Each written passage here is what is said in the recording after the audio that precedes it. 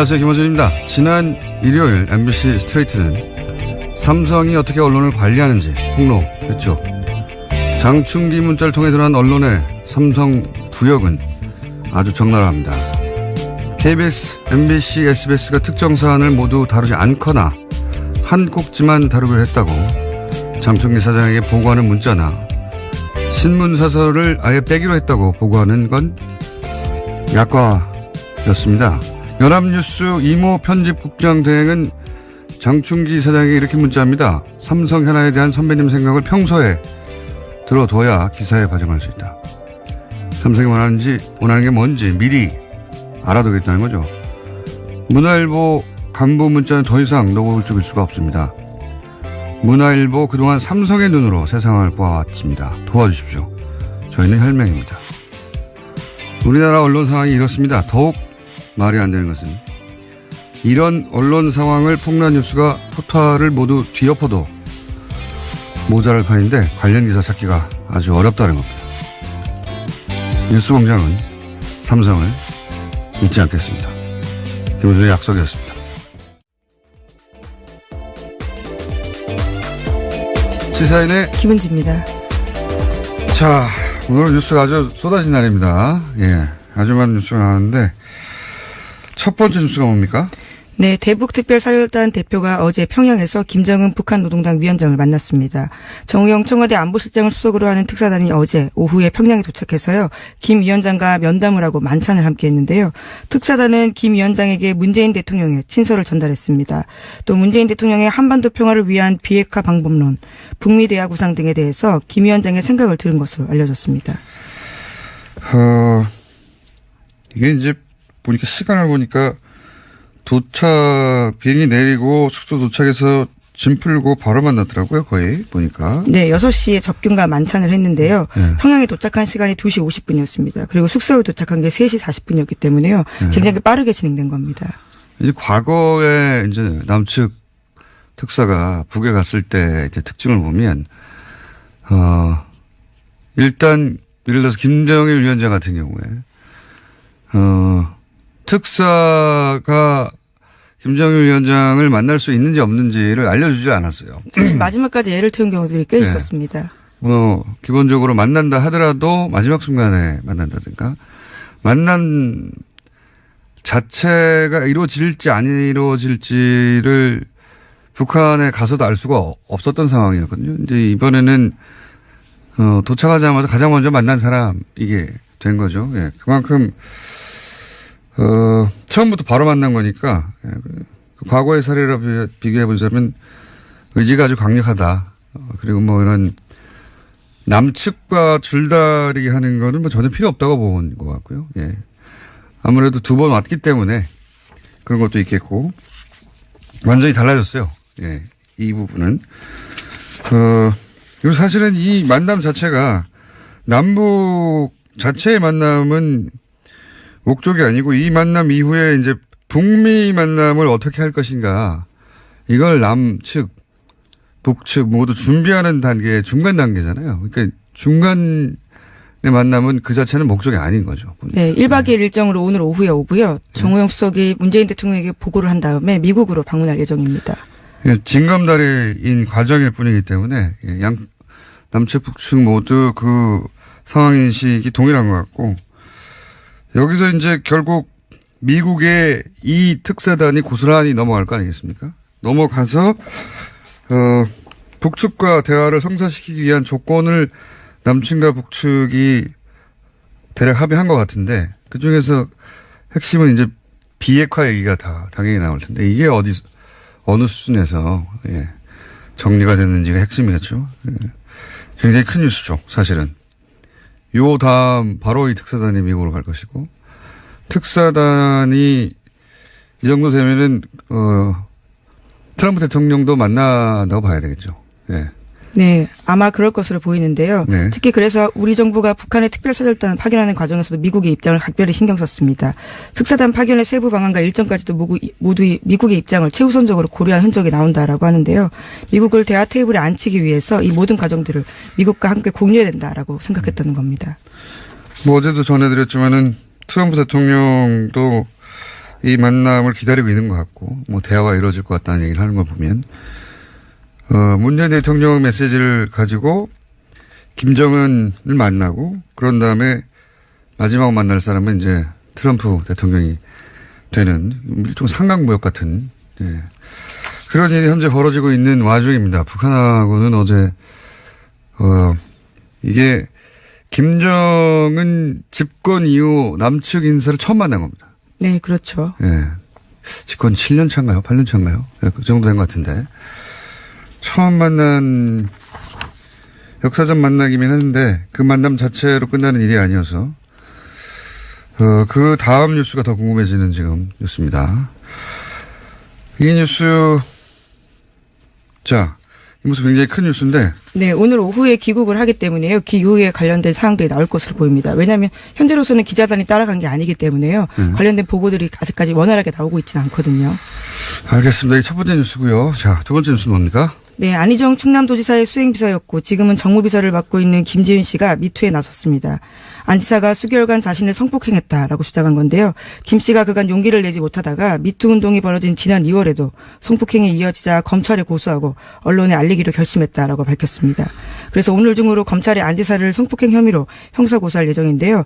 이에 대해서 안 지사 쪽에서는 처음에는 합의에 의한 관계였다라고 주장을 했는데요. 또 어제 새벽에는 안 지사가 그러니까 오늘 새벽에는요. 안 지사가 직접 글을 쓰면서 이 모든 것들에 대해서 사과하고 그리고 자신은 정치적으로 도지사직을 내려놓겠다라고도 밝혔습니다. 제가 어제 블랙하우스 녹화하는 날이었거든요. 새벽 1시쯤 끝났는데 JTBC 뉴스를 못 보고 이제 오늘 새벽에 봤는데 여러모로 사실 굉장히 충격적인 뉴스죠. 여야를 망라한 차기 대선 후보군 중에 이제 1, 2순위를 다투는 인사라는 점에서도 그렇고, 예. 그리고 평소의 이미지로 봐서도 그렇고, 또 그리고 이 내용이 뭐 단순히 부적절한 관계 이게 아니라 위기에 의한 성폭행, 위력에 의한 성폭행 이렇게 특정되지 않습니까? 네, 그 부분에 대해서도요. 안 지사가 인정하는 발언을 했는데요. 합의에 의한 관계였다는 비서실의 입장은 잘못됐다면서요. 모두 자기 잘못이라고 이야기했습니다. 그게 아마 뭐 거기까지는 법률적인 인정이라기보단 정치적인 인정이라고 지금까지는 보여지는데 이게 이제 단순히 부적절한 관계가 아니라 성폭행이라고 특정했기 때문에 네, 피해자도 그렇게 주장을 하고 있고요. 이게 형법으로는 아마 업무상 위력에 의한 간음이든가 그 정도 될 겁니다. 아마 이건 형사 처벌의 대상이거든요. 그러니까 뭐 일반적으로 예를 들어서 뭐 인사권 같은 걸 고리로 상사가 그런 요구를 하는 케이스 뭐 이런 정도인데 사법적으로 어떤 범죄일지를 떠나서 이게 사고를 안 끝난다는 거죠. 뉴스가 이 뉴스로 끝나지 않고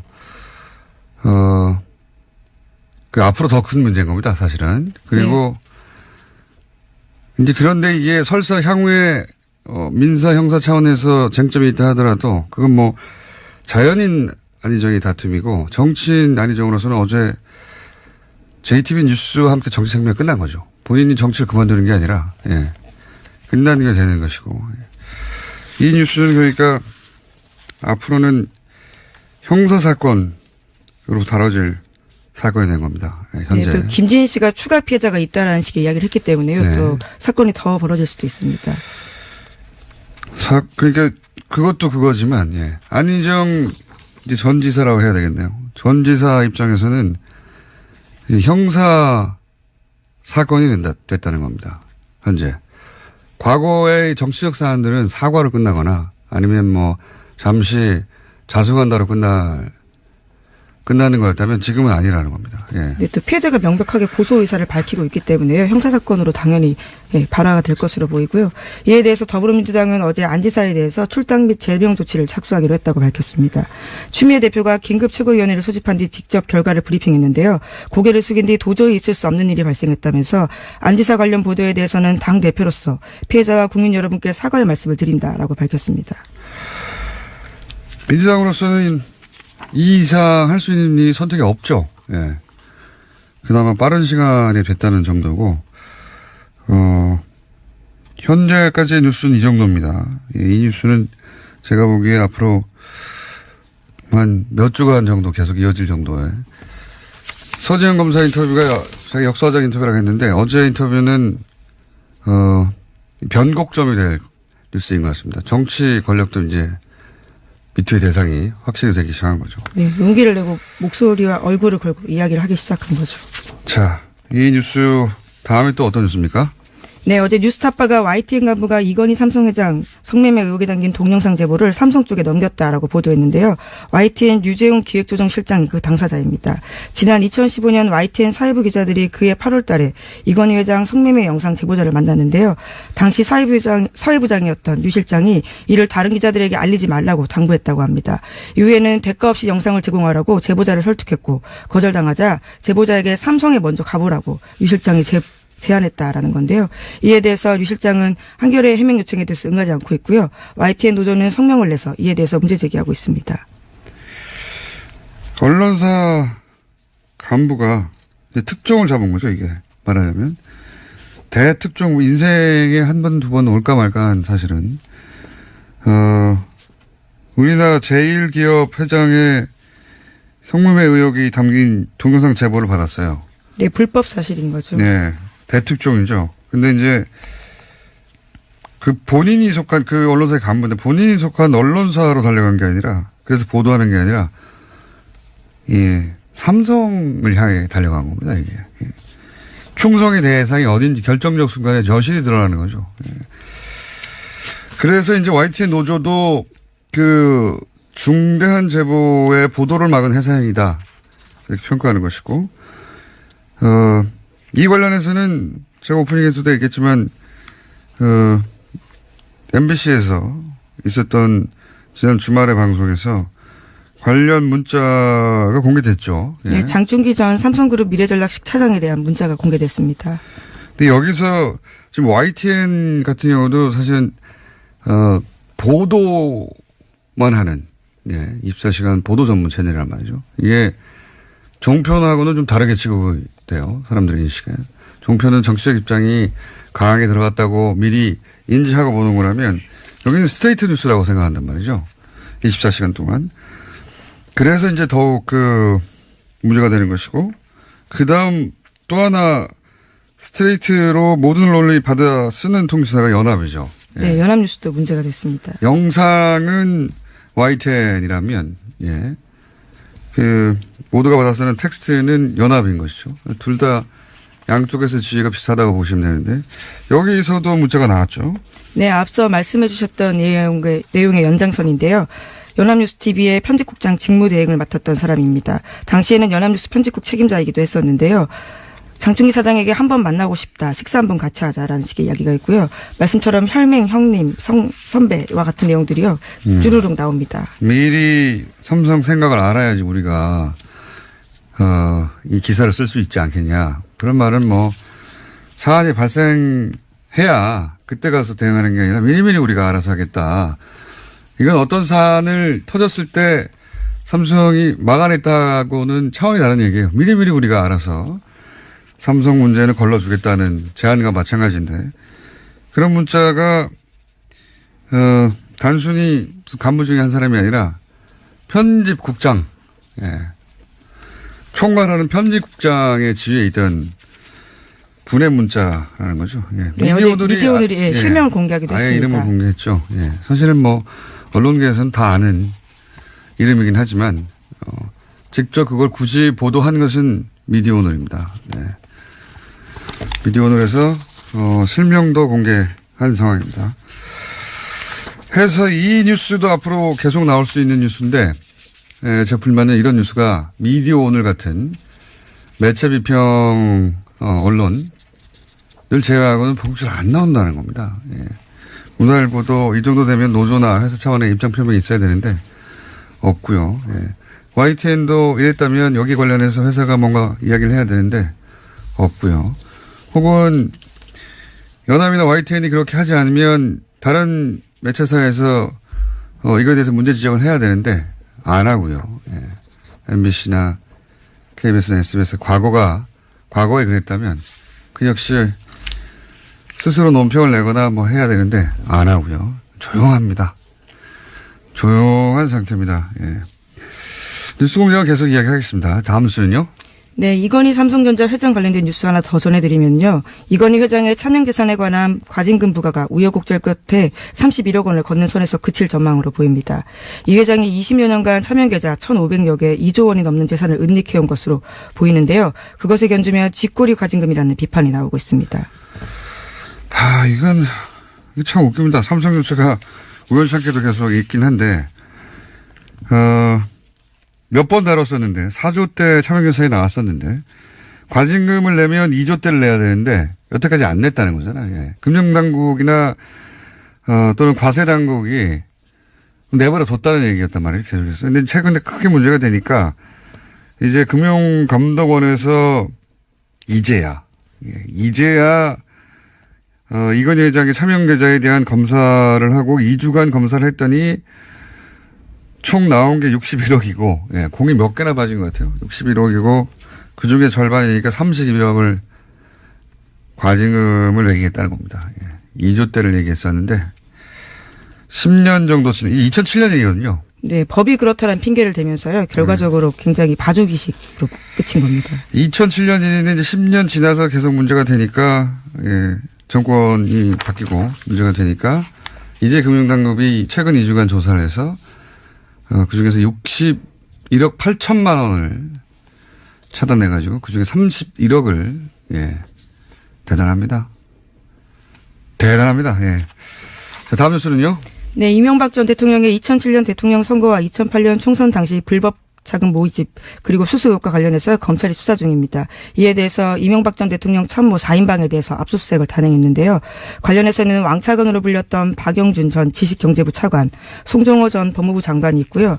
또 이명박 전 대통령의 고려대 동문인 천신일 세종나무 회장 그리고 최시중 전 방송통신위원장이 있습니다. 굉장히 천신일 오랜만에 나온 이름이네요. 예, 박영준 전 차관도 굉장히 오래간만에 나온 이름인데 이 네 사람의 공통점은 지난 이명박 후보 시절의 대선 캠프 핵심이죠. 예. 이 네 분의 이름이 지금 소환된 이유는 뭐냐면 이제 이팔성 전 우리금융지주 회장이 돈을 건넸다는 거 아닙니까? 그게 이제 드러났는데 그걸 쭉쭉 따라가 보다 보니 이것이 이제 당시 비례대표 공천을 위해서, 돈이 쓰여진 또 줄기를 또 발견하게 되고, 그러면서 이게 총선 자금, 대선 자금으로 거슬러 올라가 있는 상태 같아요. 현재 수가 보니까. 그러면서 이렇게 되면 또 이런 것도 나오겠죠. 아마 포스코, 지난주 이제 PD수첩에서 보도했는데 거의 묻힌 뉴스 중에 하나가 포스코가 수상한 투자를 했는데 그 중에 예를 들어서 산토스 투자권 같은 경우에. 네, 에콰도르 회사였습니다. 에콰도르. 말도 안 되는 내용인데 그 내용의 핵심이 뭐냐면 포스코를 수상한 투자로 말아먹었다. 덜어먹었다 이런 얘기잖아요. 포스코가 다시 이렇게 나오기 시작하면 이제 박영준 씨 이름도 전 차관 이름도 같이 나오겠죠. 이 네, 수사가 지식경제부 차관이었거든요. 예.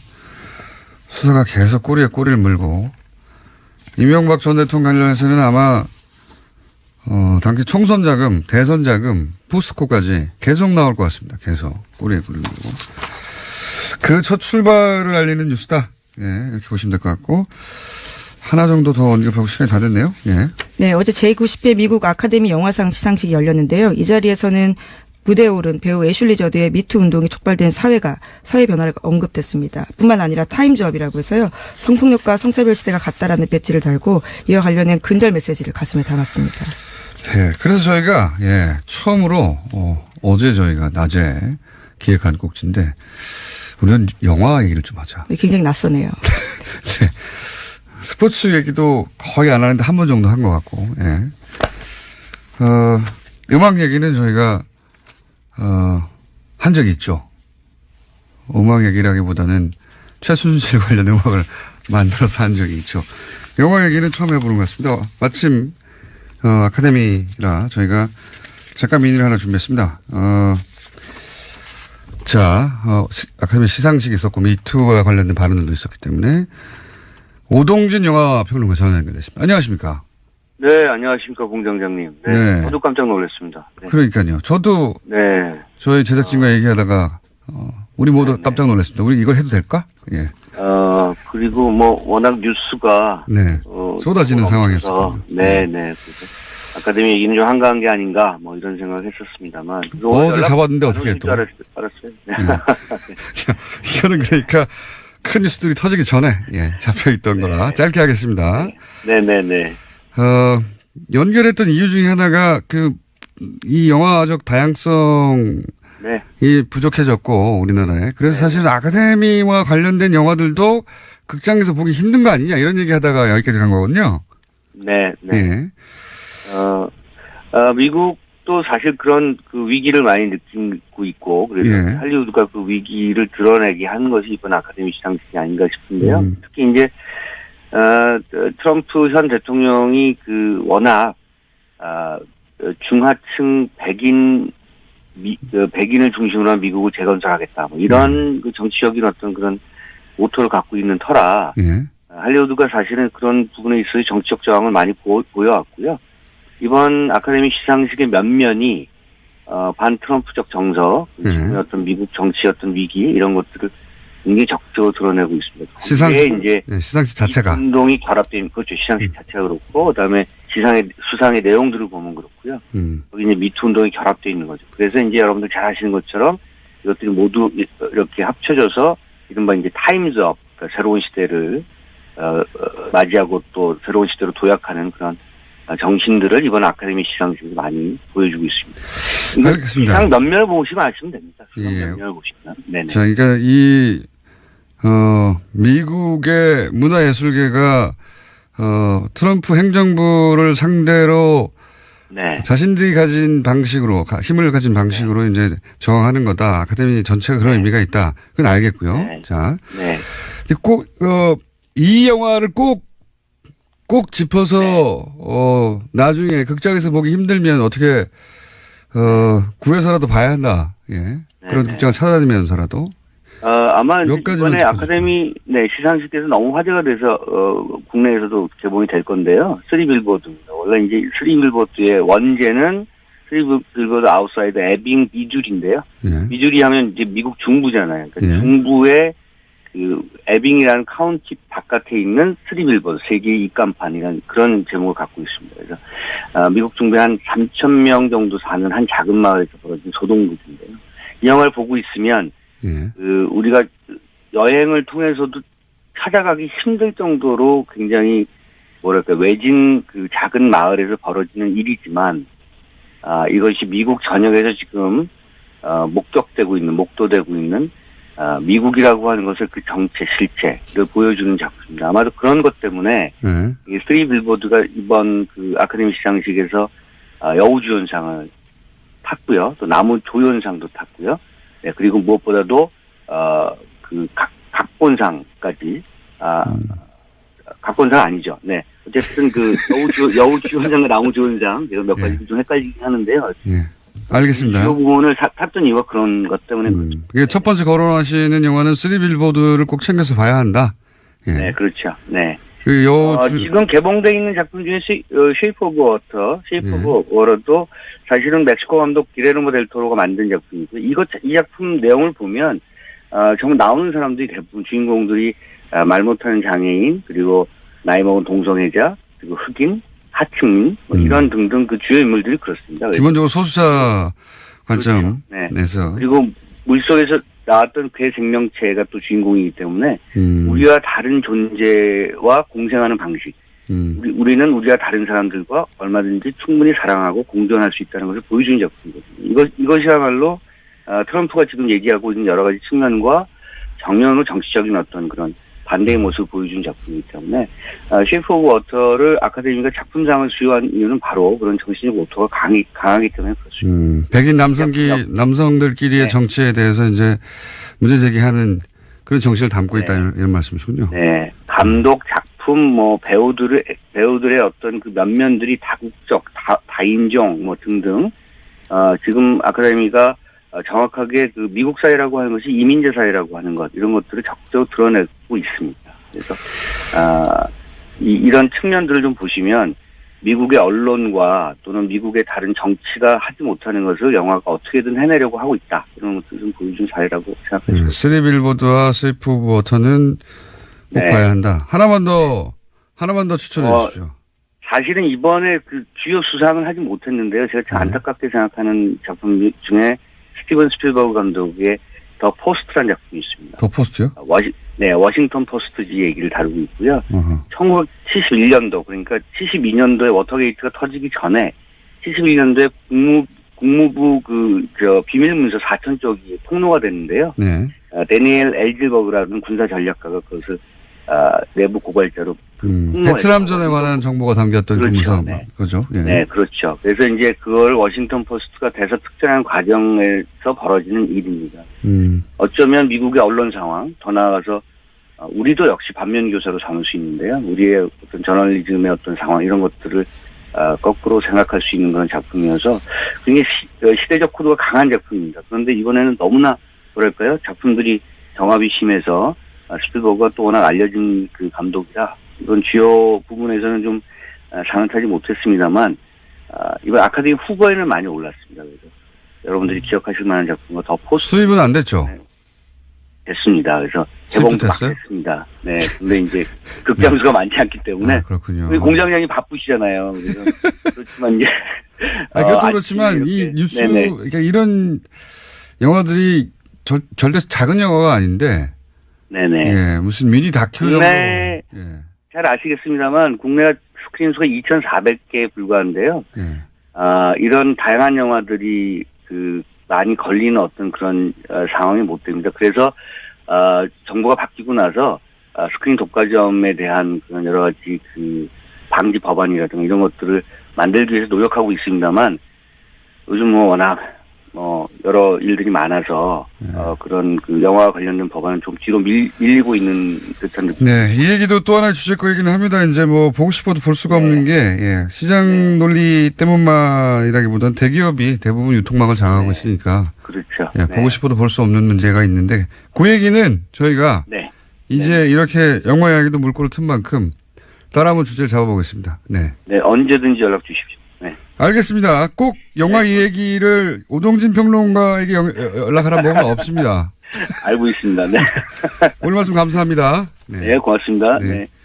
미니였는데 생각보다 재밌어서 길어졌습니다. 김은지 기자는 인사 미리 할 것 같습니다. 시사인의 김은지였습니다. 감사합니다.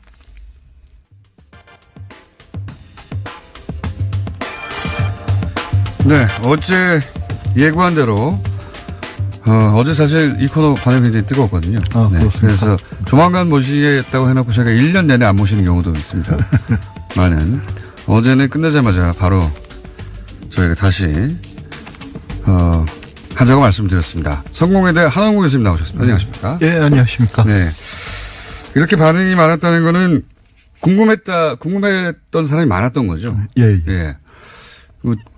가장 최근 3.1절만 하더라도 태극기하고 성조기를 보수 개신교에서 일부라고 합니다. 일부 보수 개신교 목사님들이 직접 나오고 신도들이 나와서 들고 개헌을 반대한다. 상식적으로 굉장히 이해하기 힘들거든요. 성경의 개헌을 반대하라는 얘기가 나온 것도 아니고 그리고 굳이 3.1절에 나온 것도 이해가 안 가고요. 그리고 거기서 고려 연방제를 거론하는 것도 이해가 안 가고 모든 게 다 이해가 안 갑니다.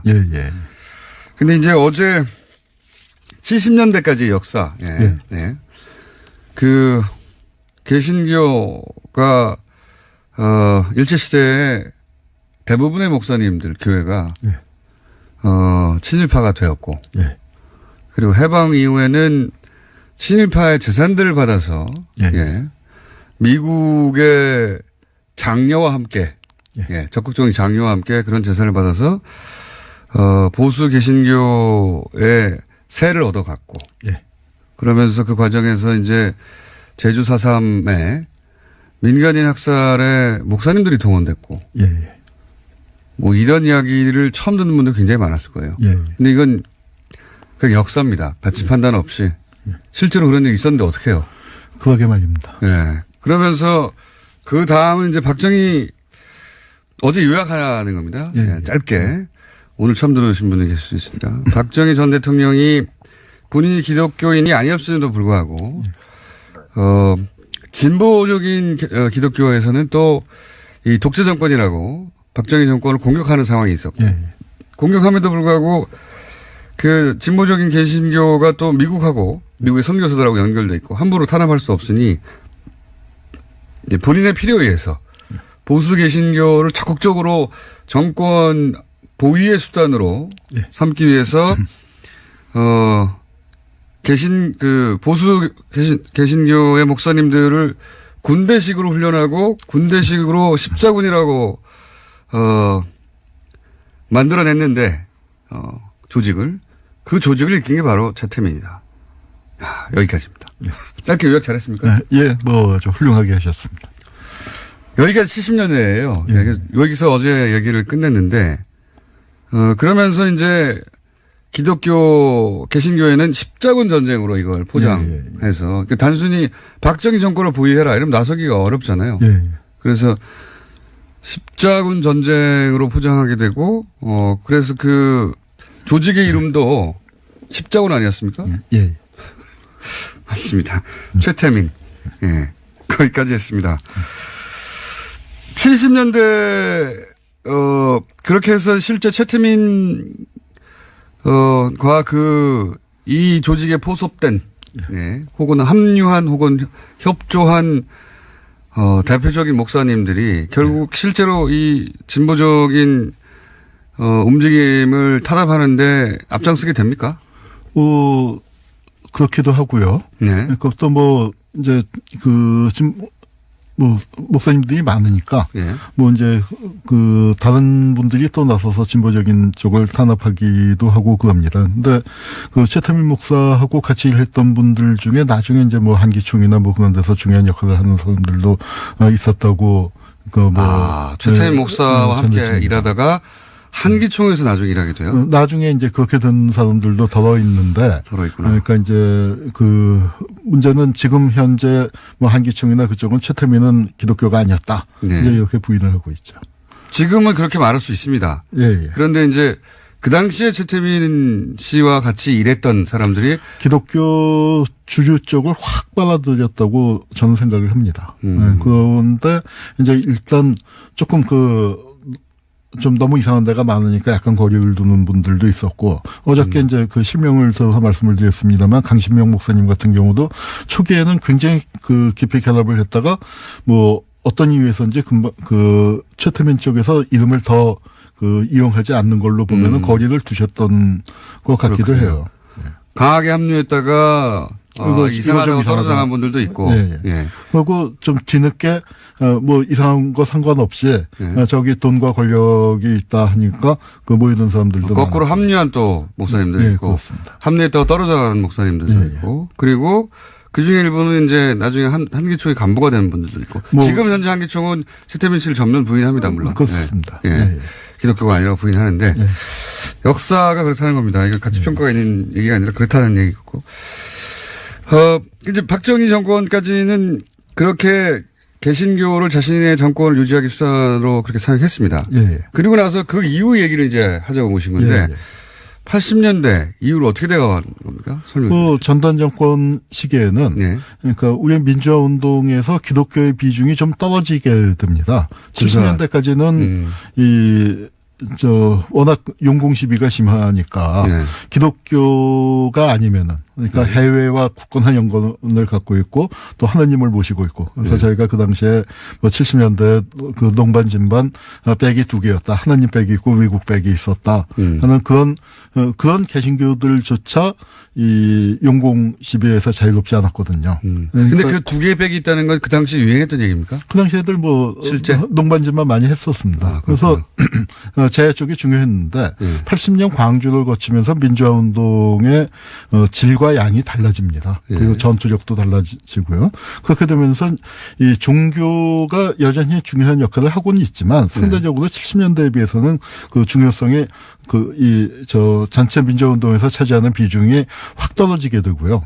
그리고 또 전단 정권에서도 박정희 때처럼 그렇게 굉장히 미숙한 탄압 일변도가 아니라 상당한 나름 회유 정책들을 쓰면서 원래 근데 썼습니다. 그리고 또 하나 이제 많이 우리가 오해하면 안 되는 게 70년대 민주화운동을 했었던 개신교 쪽의 목사님들이나 그 지도자들도 대단히 친미적이고 대단히 반공적이세요.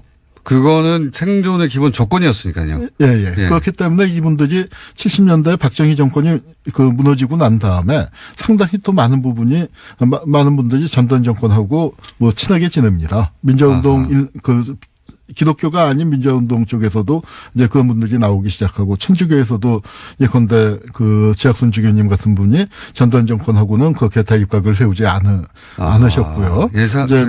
이제 이런 부분들이 이제 전체적으로 이루어지는 가운데 이제 가장 중요한 지금 말씀은 70년대 독재 박정희 정권은 독재라고 저항했지만 전두환 정권으로 넘어가면서는 전두환 정권과는 가까이 지냈던 세력들도 있다는 거죠. 네, 그렇습니다. 그러니까 그게 70년대 민주화운동에서 반박정희의 목표가 가 있었고, 그러니까 쉽게 얘기하면 이겁니다. 광주에 대해서는 눈을 감았던 거죠. 요약하자면. 쉽게 얘기하면은, 그래서 이제 젊은 세대하고는 그런 점에서 갈등이 생길 수밖에 없었는데, 70년대 우리가 존경하던 분들 중에 실명을 거론하긴 그렇습니다만, 이제 많은 분들이 또 적지 않은 분들이 전두환 정권과 타협적인 모습을 보이는 그런 현상이 벌어지면서고, 그렇지만, 민주화운동 전체를 본다면 새로운 세대와 들에 의해서 그리고 또 광주라는 새로운 아젠다를 갖고서 운동은 크게 발전을 해나갔고 그게 87년까지 이어지고요. 기독교와 관련해서 이제 아주 중요한 변화가 일어나는 게 1988년도에 민족의 통일과 평화에 대한 한국 기독교회 선언이라는 대단히 중요한 선언이 나옵니다. 지금 딱 30주년이 됐고 이게 아마 2월 그때 29일인가 발표가 됐어요. 그래서 이제 지금 딱 이제 30주년. 만 30주년이 됐네요. 됐는데 이 선언이 정말 중요한 게 뭐냐면은 한국의 좀 진보적 기독교 운동이라고 할까요? 이쪽도 반공주의를 갖고서 반공주의 틀 안에서 움직였었는데 이제 반공주의하고 결별을 선언합니다. 반공주의를 기독교가 넘어서기 시작한 게 처음에 88년 되어서나요? 88년도에 이제 뭐냐면은 그동안에 이 화해와 사랑의 종교여야 할 개신교가 너무 반목과 대립과 증오를 부추겨 왔다. 그래서 반공과 증오를 부추긴 거에 대한 회개 선언을 하는 겁니다. 죄책을 고백을 했는데. 88년에. 네. 그러니까 이 선언을 읽을 때 거기 모였던 분들이 이제 정말 눈물바다가 될 정도로 듣고 이 선언 내용 자체는 대단히 훌륭합니다. 안기부에서 꼬투리를 잡으려고 했는데 정말 꼬투리 하나 잡을 수가 없었다는 얘기가 나올 정도로 대단히 훌륭한 선언이었고 사회적으로도 의미가 컸었고. 그다음 이 여러 가지 이제 충격파를 줬는데 이게 예측하지 못한 이상한 결과를 가져옵니다. 작용이 있으면 반작용이 꼭 있어요. 반작용이 그런데 너무 세게 왔는데요.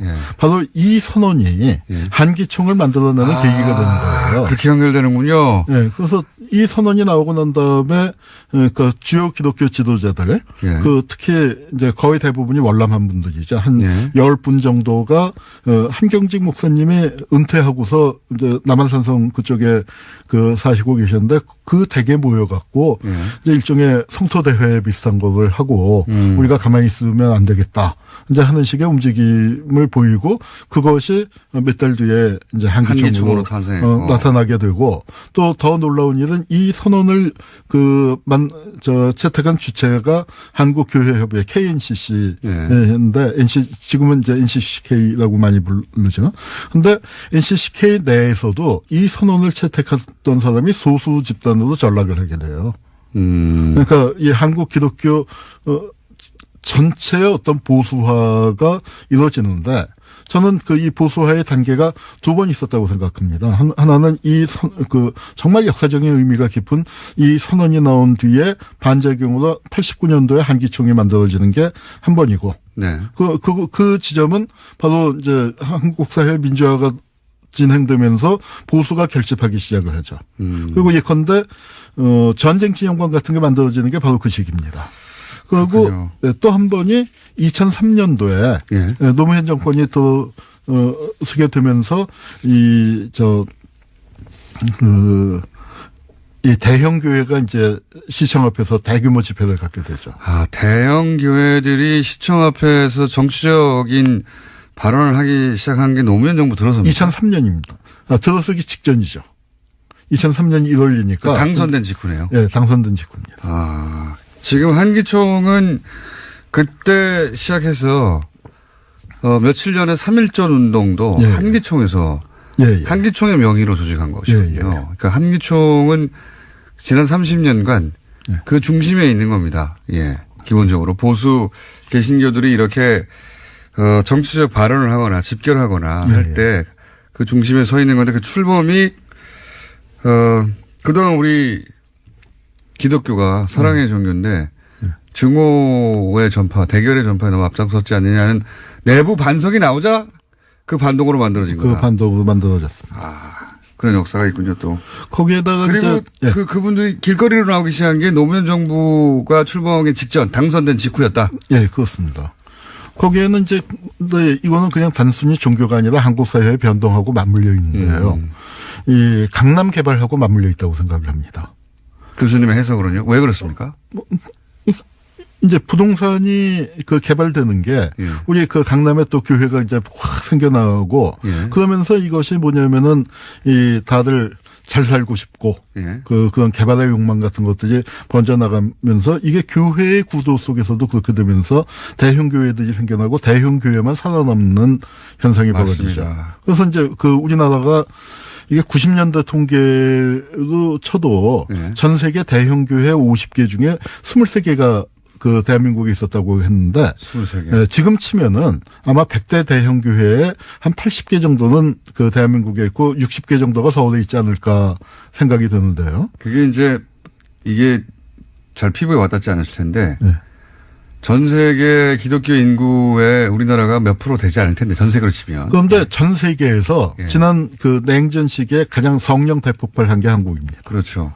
그런데 그 기준으로 보시면 우리나라의 교회가 얼마나 많고 얼마나 대형화되었는지 그러니까 재벌의 성장사하고 비슷해요. 그러니까 그 완전히 동네 그 구멍가게 상권이 죽는 것처럼 그러니까 50명 100명 뭐 하는 정도의 그 소형이나 중형 교회들은 다 죽어버리게 되고 이게 문제가 뭐냐면은 신자 수가 조금 늘었는데 뭐냐면 일반 교회 가면은 신자 수가 팍팍 줄고 있거든요. 대형 교회가 많아요. 그 제하고는 그러니까 신자가 대형 교회로 이동을 합니다. 그리고 또 하나 문제는 뭐냐면 신자가 늘어나긴 늘어나는데 뭐 가령 그 주류 기독교 쪽에서 이단으로 그 얘기하는 여러 그 지파들 있지 않습니까? 지금 이제 또 뭐 사회적으로도 문제가 많이 되고 하는 이런 쪽은 신자가 늘고 그러니까 일반 그 이제 뭐 전통적인 그 기독교 교회들은 이제 괴멸 수준에 가고 있습니다. 그래서 우리나라 재벌 성장사가 비슷합니다. 교회가 대형화되고 나머지는 계열사처럼 체인화되고. 이게 그런데 이제 또 하나 그 악영향을 끼치는 게 뭐냐면은 또 한국 사회가 교육 수준도 높아졌잖아요. 그리고 이제 중소교회는 이제 공동화되고 그러면서 한국 사회에 힐링 바람이 불죠.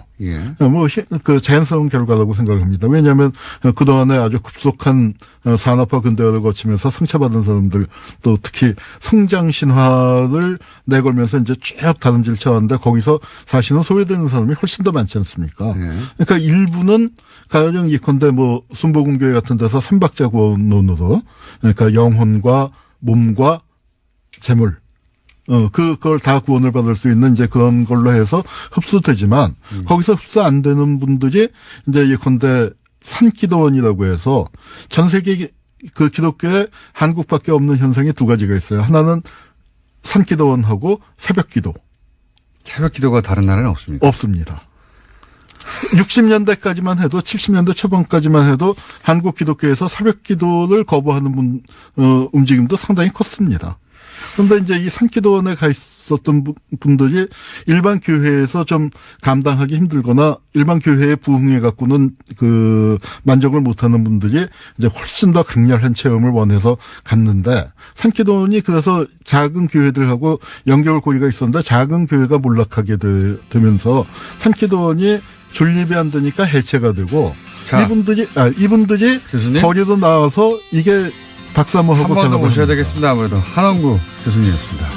예, 감사합니다.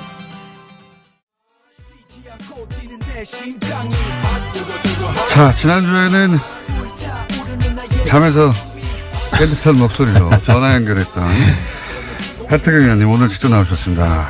예, 반갑습니다. 하태경입니다. 뭐부터 시작하겠습니까? 왜 말을 더듬으시고 뭐부터 시작하겠습니까? 예. 예. 안희정 이제 전 충남지사라고 해야 되겠네요. 예, 여기 대해서 정치권에 던진 파장이 엄청나기 때문에 예. 굉장히 충격적입니다. 사실 누구에게나 예, 이게 이제 저도 지금 정치 시작한 지 6년째인데요. 노래방도 못 갑니다. 여직원들하고 그리고 동네에서도 유권자들이 계시지만 과거에는 그런 이야기 많이 들었어요. 이제 유권자 표를 얻기 위해서 노래방 가서 뭐 놀아주고. 근데 못 합니다. 그리고 여튼 저는 굉장히 충격이었는데 차기 대권 1순위였거든요. 여론조사에서. 안희정 지사가. 1, 2순위 뭐 거의. 예, 거의 그 수준인데. 네. 근데 이제 대선 이후에 그것도 시기가 작년 대선 이후에 저런 일이 있었다고 듣고 저거는 정말 간이 배 밖에 나왔거나 아니면은 약간 병적인 수준 아니냐. 아니면 저는 솔직히 설명이 잘 안 됩니다.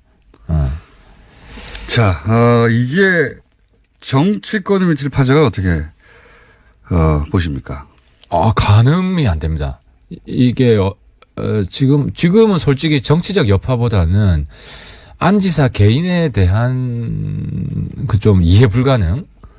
도저히 저는 정말 이해가 안 됩니다. 그래서 저는 솔직히 저건 거의 병적 수준 아니냐. 뭐 이 정도가 아니면은 자기 관리를 작년 대선 이후에 안 지사 인기가 굉장히 높았거든요. 실제로 좌우, 진보, 보수를 다 아우를 수 있는 정말 몇 안 되는 우리 대한민국을 이끌어 나가야 될 어떤 정치인이 됐는데 그 주변에 있는 사람들이 그걸 제대로 지키지 않았다는 것도 큰 문제고요.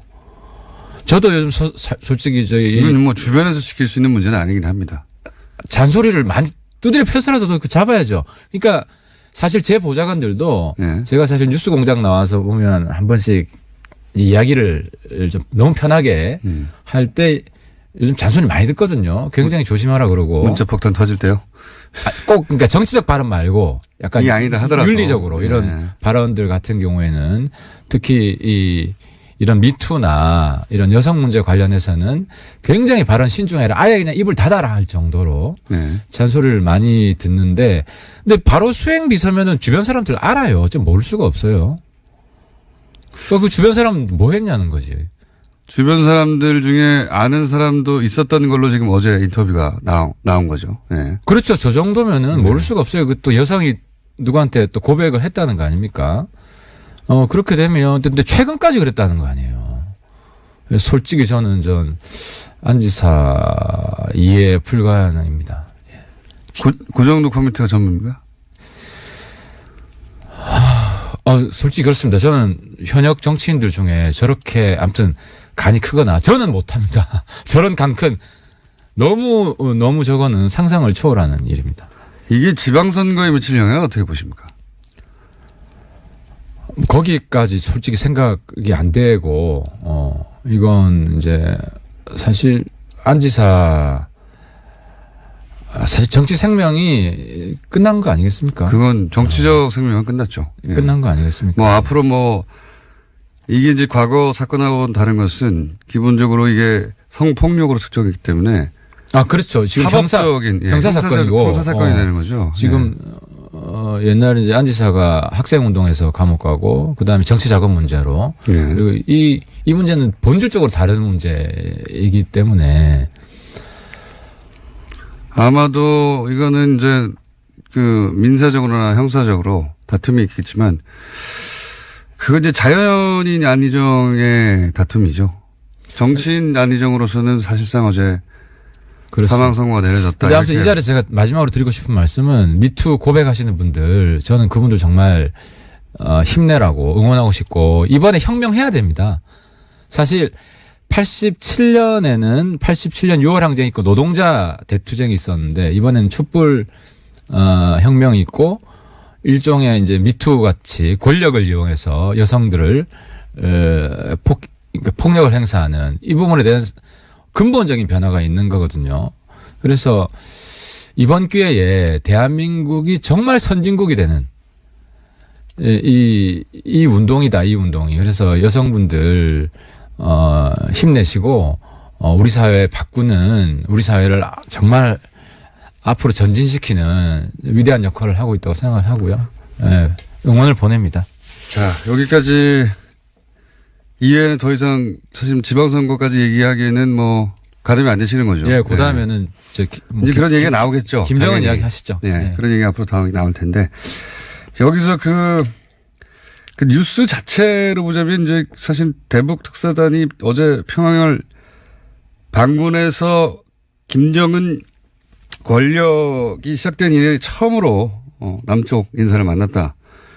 굉장히 역사적 뉴스죠, 이 뉴스도. 예. 이 뉴스는 어떻게 또 보십니까? 그러니까 제가 주목했던 부분은 김정은은 원래 정상회담 하겠다고 본인이 이야기했기 때문에 예. 적극적으로 나올 거라고 어느 정도 예측을 할 수가 있었는데 그 자리에 이설주 부인이 예.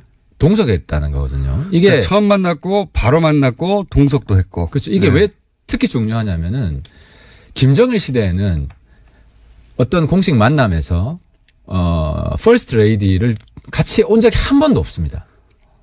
그것도 그렇고요. 예. 그러니까 북한도 신세대 정치가 등장한 것이기도 합니다. 그러니까 신세대 정치이면서 동시에 정상국가, 정상적인 국가에는 퍼스트 레이디가 있잖아요. 예. 그러니까 이설주를 퍼스트 레이디로 김정일 시대는 사실 퍼스트 레이디는 없었어요. 김정일의 와이프는 있었지만. 네. 근데 김정은은 어쨌든 정상적인 국가로 국제사회에 대비하겠다. 그리고 자기도 다른 나라의 지도자처럼 외교 무대에 대비하겠다라고 이번에 공식 선언한 거죠. 그리고 한국을 상대로 처음 데뷔를 한 것이고 그래서 이거는 앞으로 남북 관계가 장기적으로 보면 이제 단기적으로는 핵 문제 때문에 굉장히 큰 어려움을 겪겠지만 장기적으로는 남북 관계도 이제 냉전 시대의 그런 비정상적인 관계는 넘어선다. 새로운 단계로 간다. 그런 큰 의미가 있는 것 같습니다. 그런 메시지도 분명히 있고요. 기본적으로 자신감도 있는 것 같고요. 예. 자신감이 있죠. 지금 집권한 지 공식적으로 한 7, 8년 됐는데 네. 그 준비 기간이 또 한 2, 3년 있습니다. 네. 그러니까 거의 집권 10년 차예요. 그래서 나이는 사실 굉장히 어리죠. 한 82년생이면 지금 네. 30대 중반, 37이죠. 한국 나이로. 37인데 뭐 집권 10년 차니까 굉장히 노련한 정치인이라고 봐야죠. 전 세계적으로 따져서 이제 마크론 대통령이 40대 초반이라고. 예. 주요 국가뿐만 아니라 전 세계적으로도 가장 어린 나이라고 했지만 사실 북한으로 가면 김정은이 있습니다. 예. 훨씬 더 어린 나이에 사실은 북한 전체 물론 이게 특수한 세습이긴 하나 예. 나이로만 기준을 보자면 왕조 시대로 보면은 예. 젊을 때 와서 통치를 그나마 잘하고 있는 북한 입장에서는 우리나라 또 오해하시면 안 됩니다. 우리나라 입장에서는 이제 핵 문제가 있지만 북한 내부 입장에서는 김정일 시대보다 훨씬 경제도 좋아지고 또 북한 입장에서는 어쨌든 핵무기를 보유해서 성과를 낸 그런 지도자라고 볼 수 있죠. 실제 그 탈북자들 이야기나 또는 북한 전문가들 이야기 들어보면 김정은 위원장이 북한에서 인기가 있다고 해요. 예. 김정일 때보다 훨씬 인기가 좋습니다. 네. 그러니까 이게 두 가지 측면인데 성과를 경제적이거나 뭐 군사적이거나 성과를 낸 측면에서는 업적이 있고 근데 또 많이 풀어졌어요. 예를 들어서 북한에 지금 핸드폰이 400만 대 정도가 있습니다. 그리고 경제 상황이 우리가 생각하는 만큼 어렵지 않답니다. 예, 그 얘기도 하더라고요. 그래요. 그래서 식량이 부족하지도 않아요. 그래서 이제 뭐 대북 인도적 지원을 한다고 할 때 그 부분은 과거처럼 식량이 절대적으로 부족한 것이 아니라 그냥 빈민이죠, 빈민. 양이 부족한 게 아니라 이제 경제력이 떨어지기 때문에 그래서 또 북한의 또 하나 변화가 대부분이 한국 드라마, 한국 노래 다 들어요. 그러니까 핸드폰이 한 400만 대 있으니까 그게 SNS는 되거든요. 국내 문자는 되거든요. 물론 인터넷은 안 됩니다. 근데 국내 정보 교환은 다 되기 때문에 국민들의 의식 수준도 기대 수준도 상당히 높아져 있습니다. 그래서 이게 북한의 어떤 잠재력도 되지만 북한이 정치적으로 조금 더 변화할 수 있는 실제로 이제 김정은 시대에는 그 이전 시대보다도 뭐 예를 들어 우상화도 조금 완화됐어요. 예를 들어 외교관들 뺏지 않더라도 네. 된다라고 김정은 지시한 적도 있고. 김정은 위원장이 어릴 때부터 기본적으로 해외에서 살았어요. 교육도 거기서. 아, 그렇죠. 예. 김여정도 그렇고. 예. 그래서 그 사고 방식이나 그러니까 세계가 어떻게 돌아가는지도 알고 있고 돌아와서 본인이 집권하면서 거기서 본 것이 여기 반영되는 것도 있고요. 아, 맞습니다. 예. 대표적인 핸드폰이에요. 핸드폰 없는 나라는 비정상이라고 본인이 생각했기 때문에 김정일 시대와는 완전히 다르게 허용을 한 거죠. 지금 이런 이제 평가나 분석들이 자유한국당과 바른미래당이 다른 지점이다. 아, 이건 다르죠. 다른 지점이라고 지금 말씀하실 수 있는 뭐가 다르냐면 대목이긴 한데 대표적인 게 제가 어제 아침에도 비판했는데 그러면 어떻게 다른지 좀 설명해 주십시오. 예를 들어 이런 겁니다. 네. 특사단이 구성돼서 북한에 올라가잖아요. 네. 비핵화 문제를 꺼낼 거지만 어려운 상대죠. 네. 예를 들어 축구로 치면 굉장히 강적과 싸우러 가는 거예요. 네. 싸워서 이기기 힘든 혹은 승부가 나기도 힘든. 그렇죠. 뭐, 이기기 네. 힘든. 그건 맞을 수가 있어요. 네. 근데 문제는 그렇다고 해서 너 가서 싸우기도 힘든데 가지 마. 뭐 저쪽에 승리만 안겨주고 올 거냐. 네. 이런 게 예를 들어 어제 대변인 성명 보니까 북핵 축하사절단 간다. 이렇게 야유를 보내면 안 된다는 거죠. 저주하는 거 아니에요. 근데 이제 우리 당은 성과가 날지 안 날지 나기 어렵다는 걸 인정하지만 그래도 대한민국 대표가 가는데 대한민국 축구 대표가 가는데 이겨라. 잘 싸워라. 응원을 해줘야 된다는 거예요. 이때만큼은 대한민국의 하나가 돼서 얼마나 지금 문재인 정부에 대한 생각이 기본적으로 다른 거예요. 문재인 정부가 그래도 비핵화 문제 적극적으로 하려는 의지가 있다고 우리는 보는 것이고 저쪽은 주사파 정권. 자유한국당은. 자유한국당은 주사파 정권, 빨갱이 정권. 핵을 인정하려고 하고 뭐 이런 식으로만 생각을 하는 거예요. 북한 좋게만 하려고 한다. 이게 이런 태도가 근본적으로 다르게 나타나는 거죠.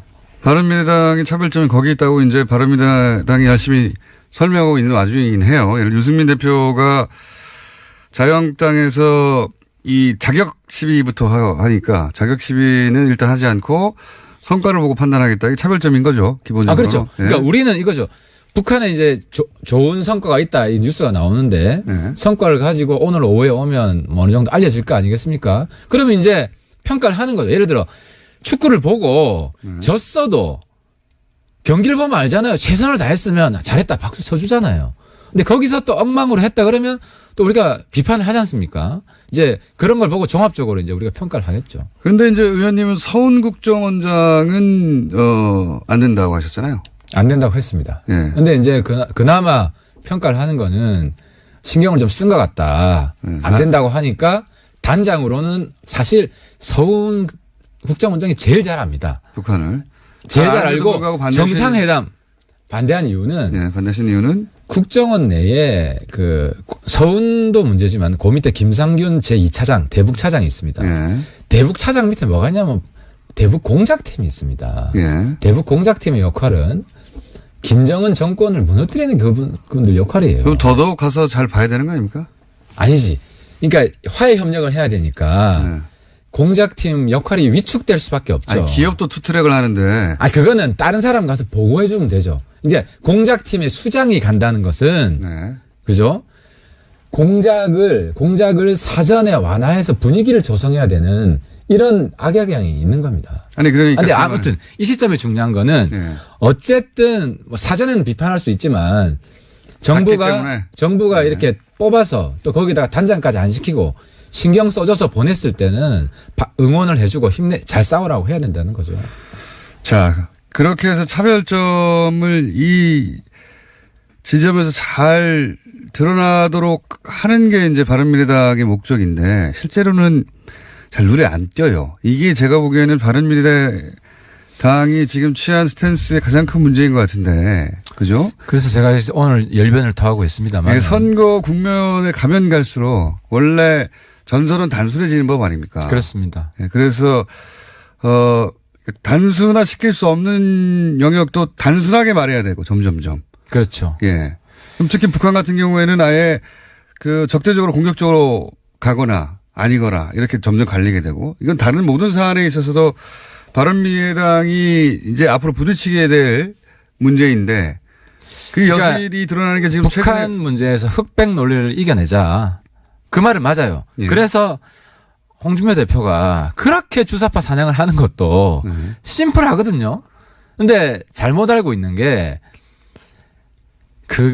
거기에 호응하는 유권자는 제가 볼 때 10% 이상이 안 된다. 10%도 안 된다. 지지율은 20% 되지 않습니까? 거의 가까이.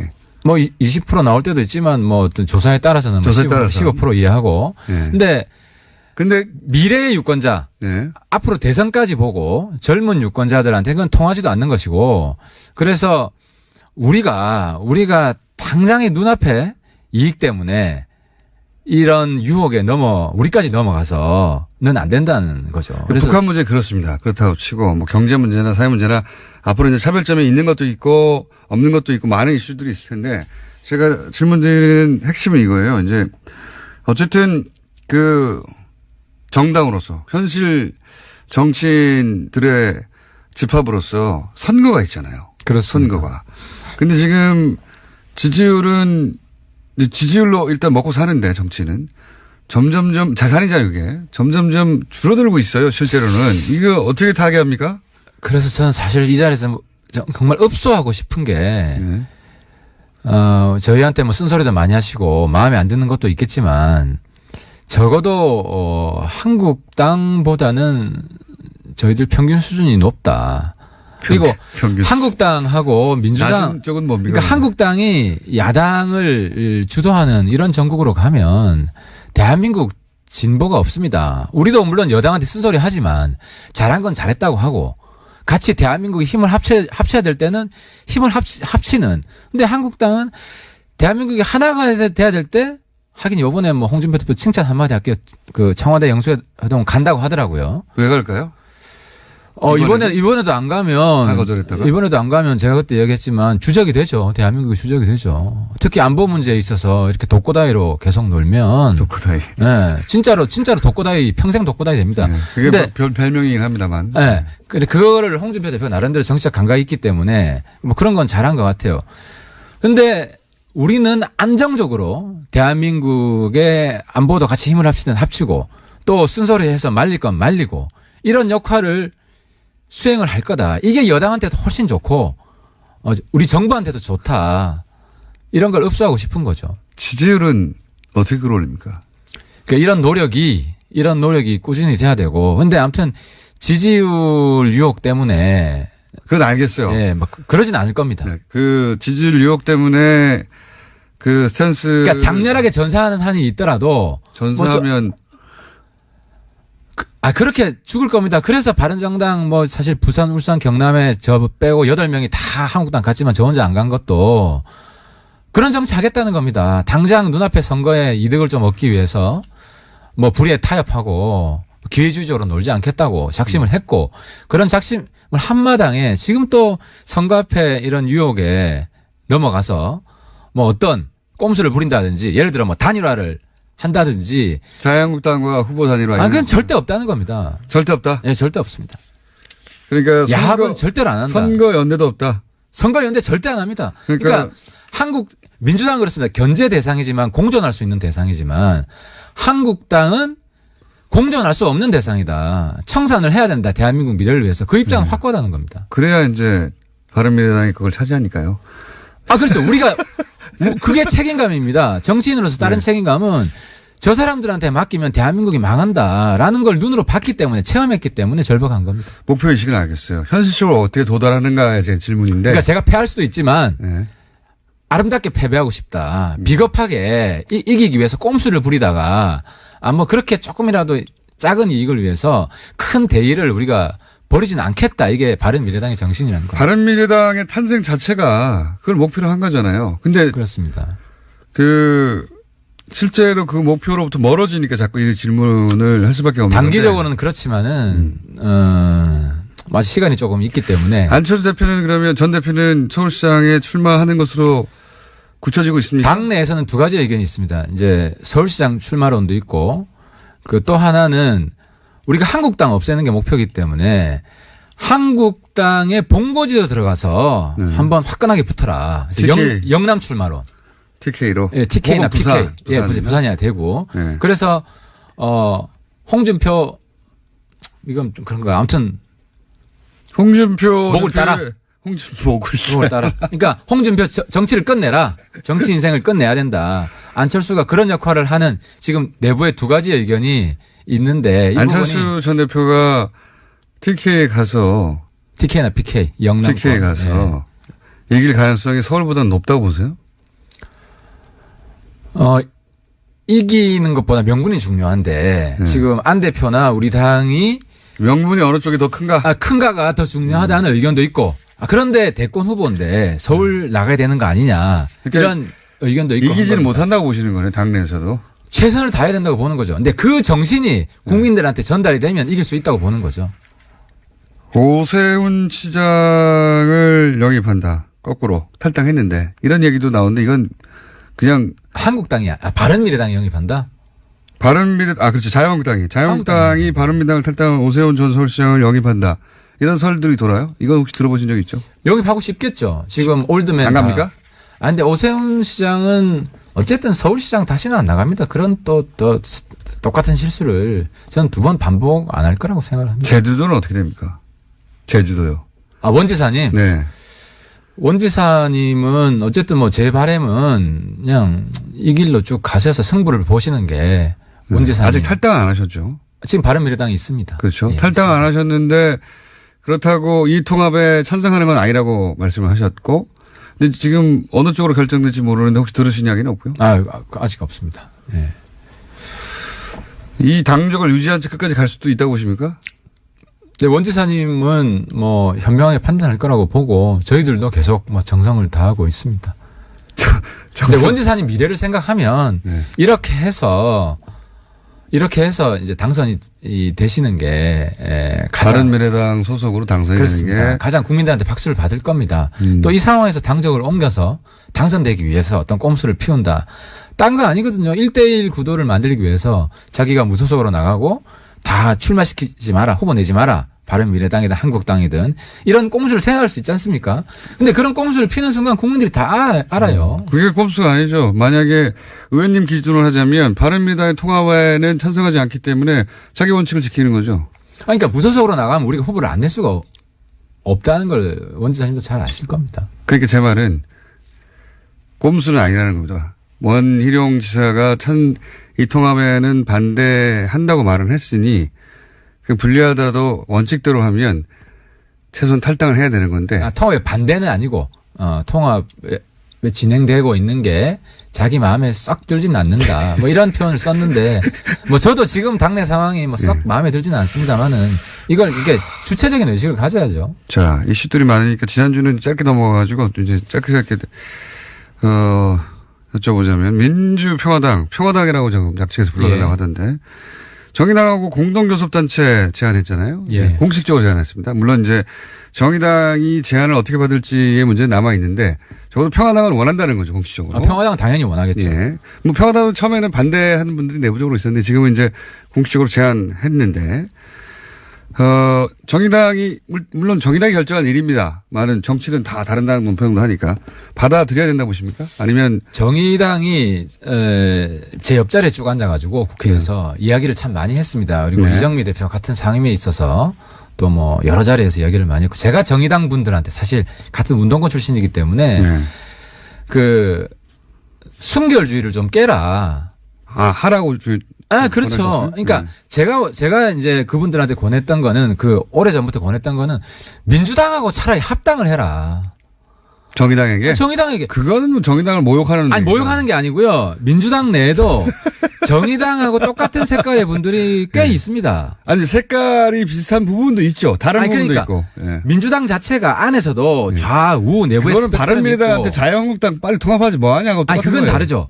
이건 한국당은 역사적으로 이제 없어져야 될 대상이고 이 민주당은 사실 정의당이 지금도 공동 여당이거든요. 내용적으로.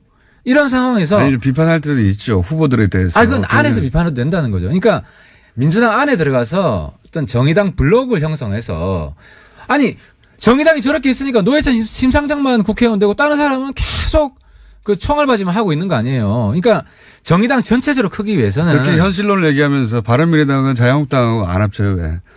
그러니까 제 말은 민주당과 예. 한국당은 적폐에서 없어져야 될 대상이고 민주당은 성격이 다르죠. 알겠습니다. 알겠는데. 그래서 민평당과 교섭단체를 할 거면 차라리 민주당과 합당을 하는 게 이게 대로를 가는 것이다. 네. 대도무문을 가는 것이고. 그건 정의당 국회의원이나 정의당의 당원들에게 당분간은 근처에 안 가시는 게 좋겠어요. 아니 저는 정의당 안에도 한번 얻어받으시고. 안에도 그러니까 과거로 치면은 네. 운동권 안에 약간 독자파가 있고 연대파. 네. 옛날 전문 용어로 하면 독자파는 주로 PD 계열이고 연대를 잘하는 사람이 NL 계열인데. 그건 이름은 다르지만 어느 정도에는 있죠. 그러니까 자강파와 연대파가 예, 있으면 예. 정의당 내에 매파도 있고 언제나. 연대파가 많이 들어갔죠. 예. 그래서 정의당 내에서도 제 이야기에 공감하시는 분들이 꽤 될 거라고 생각합니다. 공동교섭단체는 당이 정체성을 유지하면서 경우에 따라 같이 투표 임할 수도 있고 또는 전설을 세울 수도 있고 또 다른 경우에는 분명히 달리 할 수도 있는 저는 정의당 보고 예. 민주당과 합당이 불만이 있으면은 그거라도 하라고 하고 싶어요. 그러니까 제가 정의당이면 합니다. 그렇게 해서 교섭단체로 더 커져야. 근데 이제 문제는 지금 시기가 원내 일이 별로 없다는 거예요. 그래서 더더욱이 고민이 될 겁니다. 제 말은 그래서 더더욱이 이럴 때 해둬야 되는 게 아니냐 한다면. 아니 지방선거 이후에는 원내 일이 이게 선거연대를 합의하는 게 아니고 네. 교섭단체잖아요. 그러니까요. 그러니까 정의당 입장에서는 이게 선거에 도움이 되느냐 안 되느냐를 판단을 할 텐데 민평당과 교섭단체가 저는 선거에는 도움이 안 될 거라고 생각합니다. 하지만 선거로 생각하지 말라면서요. 아니 정의당 입장에서 당장의 선거니까. 그러니까 교섭단체는 선거 이후에 해도 늦지 않다. 지금 원내 국회 일이 거의 끝난 상태이기 때문에. 자, 오늘 많은 사안들을 거론했어요. 많은 사안들. 그중에서 몇몇 사안은 당사자들이 와서 박치기 할 수도 있습니다. 저는 이 부분 실제로 논쟁을 합니다. 술자리에서도 논쟁을 하고 정의당 분들하고. 예. 자, 이것이 바른미래당 지난주를 대충 건너뛰었던 그래서 2주를 몰아서 최근의 이슈에 대해서 논평한 하태경 최고위원의 의견이었습니다. 다 하셨죠? 네, 다 했습니다. 예. 네. 아무튼 마음이 무겁습니다. 안지 사건 때문에 무겁고 정치인들이 어쨌든 미투 절대적으로 응원하고 연대하는 위드유 운동이라고 그러죠. 아무튼 저희들도 최선을 다하겠습니다. 하태경 최고위원이었습니다. 예, 감사합니다. 불친절한 AS. 가면 하태경 선생이라고 부르시면 문자도 꽤 많이 왔습니다. 예. 하태경 의원님 관련 문자는 항상 거의 비슷하기 때문에 따로 읽어드리지는 않겠습니다. 그리고 한원구 교수님의 시간에 대해서 의외로 의외라고 할 수 없겠군요. 예. 문자가 많습니다. 교인인데 방송을 듣고 놀랐다. 예. 한원구 교수님은 근현대사 전문가라서 신학대 교수 혹은 목사님의 신학적 설명도 필요하다. 오늘 시간이 너무 짧았다. 다시 모셔야 한다. 많은 분들이 궁금했던 사안이었던 것 같아요. 실제 왜 기독교 단체가 왜 이런 발언들을 할까, 이런 행동들을 할까 궁금했던 분들이 많았던 것 같습니다. 아주 그런 문자가 굉장히 많네요. 군포 3-1 마을버스 기사인데요. 예. 학생 손님들이 가득 탔는데 뉴스공장을 틀고 있습니다. 79번 마을버스인데 일산. 뉴스공장을 손님이 보내신 거군요. 틀어주셨는데 소리가 너무 작아요. 예. 옹알거리는 거로 들립니다. 버스 기사님들, 택시 기사님들, 예. 뉴스공장을 모든 분들이 다 틀은 날까지 뉴스공장은 계속됩니다. 네. 오늘 여기까지 하겠습니다. 자, 매주 화요일 칼플라다니 사회경제연구소의 정태인 수장님 시간으로 1년 이상 진행했는데 건강이 좀 안 좋으시다고 합니다. 네. 네, 저희가 적극 만류하였으나 건강 문제로 이번 주부터는 시간을 진행하실 수 없게 된 정을 알려드리고요. 경제 코너 고정 패널이 진행되기까지는 이 시간대는 다른 인터뷰가 나올 것 같습니다. 오늘 준비한 인터뷰는 최근에 나온 뉴스인데 워낙 큰 뉴스들이 많아서 묻혔습니다. 사실은 엄청난 돈이 들어간 그리고 자원외교와 관련된 굉장히 큰 뉴스가 나왔는데 묻힌 것 같아서 저희가 다시 거론합니다. 멕시코 볼레오 광산 등등 광산에 막대한 돈을 쏟아부었죠. 그리고 대부분 손실을 입었던 광물자원공사가 드디어 문을 닫게 되는 수순에 들어갔다. 굉장히 큰 뉴스죠. 엄청나게 큰 뉴스인데 묻히고 있습니다. 자, 그 이유가 뭔지, 해법이 뭔지, 앞으로 밝혀야 될 게 뭔지, 산자부 자원개발 문제를 지금 담당해서 혁신 과제를 연구하고 계신 TF 위원, 한신대학교 고기영 교수님 전화 연결해 보겠습니다. 안녕하십니까? 안녕하세요. 예. 워낙 어려운 주제라 스튜디오에서 같이 얘기해야 되는데 또 길이 좀 막히셨다고요? 예. 지각 고기영 교수님으로 일단 불러드리고요. 교수님은 잠깐 소개를 드리면 진작부터 이제 MB의 비용이라는 책으로 이 자원외교 부분을 집중적으로 연구를 하셨죠. 오래되신 겁니다. 그죠? 한 2년쯤 됐네요. 네. 자원외교만 따로 떼어서 교수님이 뭐 2년 이상 연구한, 지금은 아예 이제 산자부 TF에 들어가 계신데, 그 전에, 학문적인 관점에서 접근해서, 자원외교의 손실액을 추정했던 그 기준으로 보자면 얼마 정도, 지금 뭐 액수가 너무 왔다 갔다 해서 20억이라고 하기도 하고 10억이라고 하고 30억이라고 하기도 하고 30조, 뭐 10조, 뭐 20조 여러 가지 얘기가 나옵니다만 교수님 기준으로는 일단 손실액을 얼마 정도 추정하십니까? 누적 손실액이요. 공사 3사만 기준을 해서 공사 3사라고 하면 석유공사, 가스공사, 광물자원공사를 말하는데요.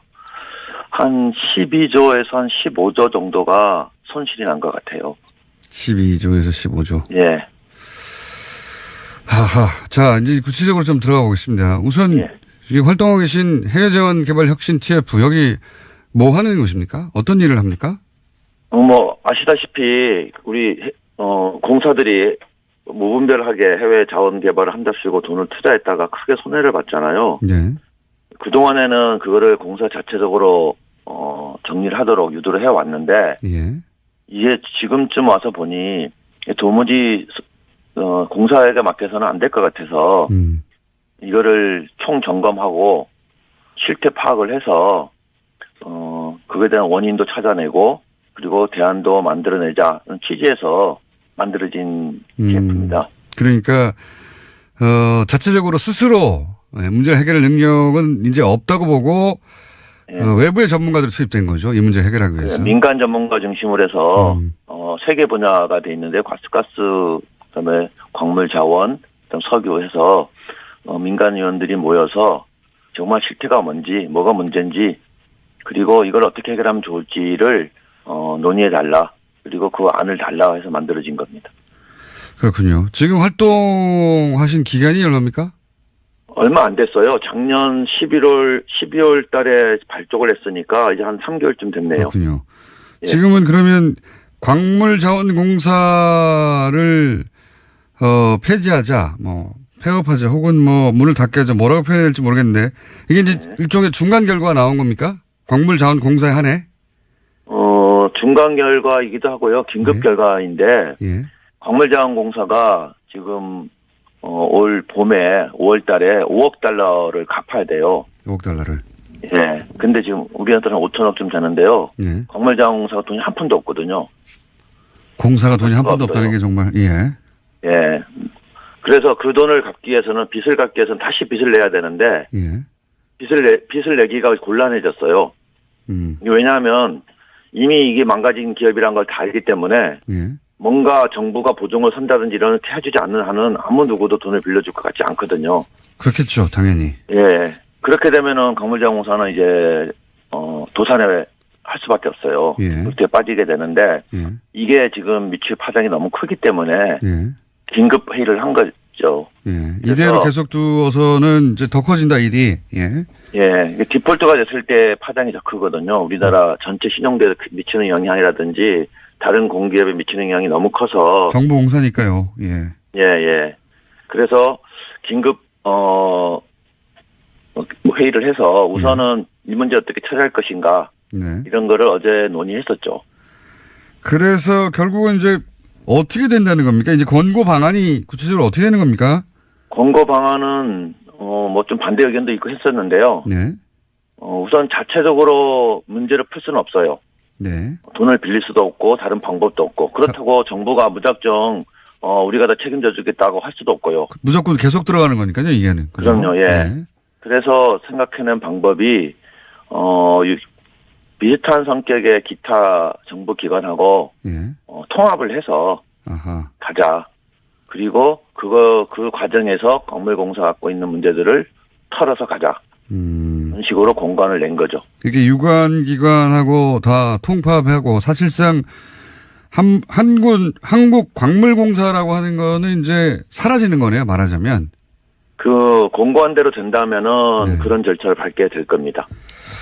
알겠습니다. 근데 이제 여기까지 이거는 지금 현재 상황에서 당장의 문제를 어떻게 해결할까 하는 차원에서 연구하다가 이제 할 수 없다.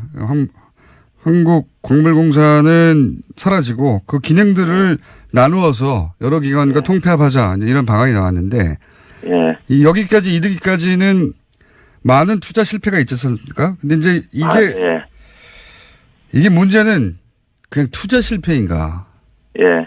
아니면 실패를 뻔히 알면서 다른 목적으로 이루어진 뭐랄까요, 해외 투자인가? 전혀 다르잖아요, 성격이. 그렇죠. 예. 예. 지금까지는 선의를 가지고 열심히 하려고 투자를 했는데 그게 잘 못됐다 정도로 다뤄졌습니다. 예. 의혹을 제기하는 쪽에서는 아니다. 이거는 뻔히 안 되는 걸 알면서도 위에라면 뭐 권력에서 찍어 눌러서 그 투자를 이루어지게 만들었고 결국 예정된 수순이었고 그 돈이 어디로 갔는지 모른다. 이건 다른 차원의 얘기인데 한 2년간 연구하시고 TF로 활동하시니까 어느 쪽에 가깝습니까? 저도 사실은 열심히 해보려고 투자를 했는데 결과적으로 실패했다고 보고 그동안 쭉 봐왔어요. 근데 그렇게 보기에는 너무나 이해 안 되는 부분이 많아요. 예, 이게 예를 들면 대표적으로 광물자원공사가 투자했다가 크게 실패 봤던 게 아까 뭐 설명해 주신 볼레오 아닌데요. 이게 알 수 있었단 말이에요. 처음부터 대규모 투자를 했던 게 아니고 소액을 가지고 투자를 했었는데 중간에 그 볼레오 광산의 대주주였던 바하 마이닝이라는 캐나다 회사가 부산 선언을 해버리거든요. 우리 못하겠다. 네. 웬일인지 거기서 갑자기 광물자원공사가 100마탄 기사가 돼가지고 니네 것까지 우리가 다 책임지고 가마 하면서 대규모 투자에 들어가요. 그러니까 정상적이라면 그 회사가 못하겠다고 넘어지면 이거 위험하고 빠져야 되는데 그렇죠. 예, 그게 매우 정상적인 반응인데 거꾸로 여기서부터 대규모 투자가 시작된다고요? 그 광물자원공사가 겨우 지분 10% 갖고 있었어요. 네. 그 대주주는 50% 넘게 갖고 있었고 한 70% 갖고 있을 거예요. 네. 70% 갖고 있는 주주가 우리 못하겠다 도산에다 이제 라고 얘기를 하는데 자 우리가 다 맡아서 해결하마 하면서 나섰던 게 광물자원공사였거든요. 빚까지 다 떠안으면서. 근데 그러면 그 광산이 정말 탐나는 광산이었는가 하면 그것도 아니었어요. 그 실제로 투자를 하고 나서 그런 도산 사태가 벌어진 거는 한 1, 2년 후에였거든요. 그럼 알 수 있는 기간이 충분하잖아요. 실제로 투자해봤더니 광산이 어떻더라. 그런데도 불구하고 그 부채를 전부 따안고 짐을 따안고 하면서 대주주가 되거든요. 그렇게 해서 그 본래 광산 하나에서만 지금까지 지금 확정된 손실이 1조 5천억이 넘어요. 확정된 것만요? 근데 이거를 어떻게 할 수 있을까? 무슨 미치지는 않았으면은 어떻게 이런 행동을 할 수 있을까가 이해가 안 되는 거죠. 그러다 보니까 이거 뭔가 다른 곳에서 외압이 있었던 거 아닐까? 이런 이제 의혹을 갖게 되는 거죠. 이게 논리적으로 합리적으로 경제학자로 보기에 도저히 있을 수 없는 행태들이 벌어졌으니까. 그렇죠. 예. 네, 처음에는 경험이 부족해서 실패한 게 아니겠냐 하고 연구를 시작했으나 하면 할수록 그렇게는 도저히 이해가 안 가시는 거군요. 그렇죠. 예. 네. 이 산자부 TF의 이제 교수님 생각은 그러시고 점점점 이게 다른 손이 있다. 이거는 단순 투자 실패가 아니다라고 생각해 가시고 있다면 TF에 참여한 다른 민간 전문가들의 시각을 전해주시면 어떻습니까? 그분들도 비슷합니까? 아니면 그렇게 의심했다가 점점 알수록 단순 투자 실패라고 결론이 납니까? 현재까지는 많은 의원들은 네. 투자를 했었는데 예. 결과적으로 실패한 사업이라고 보고 있어요. 제가 처음에 그렇게 생각했듯이. 처음에는. 예. 예. 왜냐하면 그분들이 지금 사실 이 곡물제왕공사나 건물공사가 하는 사업에 대해서 좀 쭉 봐왔던 분들이 아니고 이번에 투입된 분들이군요. 예, TF 하면서 물론 관심은 있었지만 깊게 보지 못했던 분들이어서 지금은 아마 그렇게 생각하는 게 정상적이라고 보입니다. 그렇군요. 지금 합류한 민간 전문가들이 교수님처럼 오랫동안 연구했다기보다는 관심은 있었지만 이제 깊은 내용은 지금 처음 접하신 분들이고 그래서 단순 투자 실패 아니냐라고 생각하는 분들이 많을 것 같다라고 이제 생각하시는데 교수님은 이제 그걸 넘어섰다는 거죠. 그건 아니라고. 그러기에는 설명 안 되는 부분이 너무 많아요. 그러니까 이걸 어떻게 도무지 설명을 할 수가 없어요. 그런 부분들이 그런 자연스럽게 의혹을 갖게 되죠. 다른 이유가 있었던 건 아닐까? 그리고 실제로 본래 광산 투자되는 과정을 쭉 보다 보면 그런 의심이 생기는 게요. 네. 중간에 미국 수출입은행이 갖고 있던 부채를 따는 행위도 또 하거든요. 사장이 바뀌고, 네. 김신종 사장에서 고정식 사장으로 바뀌고 나서, 네. 고정식 사장이 첫 번째 했던 게, 사실은 미국 수출입은행이 본래 투자했다가 물린 돈이 있었어요. 네네. 이미 볼레오는 겨우 도산을 면하는 상태였고요. 네. 근데 그 미국 수출입은행이 안고 있던 부채까지 이 고정식 사장이 다시 따왔거든요.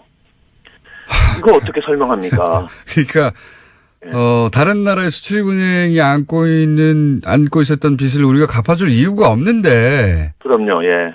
그건 정말 갚아줄 이유가 없는데 그 빚도 우리가 떠안았다고요? 예. 이런 것들은 어떻게 합리적인 설명을 저는 못 하겠어요. 그러시군요. 자. 예. 근데 이제 문제는 이게 하나가 아니라는 거죠. 예. 그리고 광물공사만 그런 게 아니라 석유공사, 가스공사 다 이런 식의 투자가 있다는 건데 오늘은 맛보기로 여기까지 하겠습니다. 알겠습니다. 네. 자원 얘기 앞으로 계속 다루겠습니다. 한신대 고기영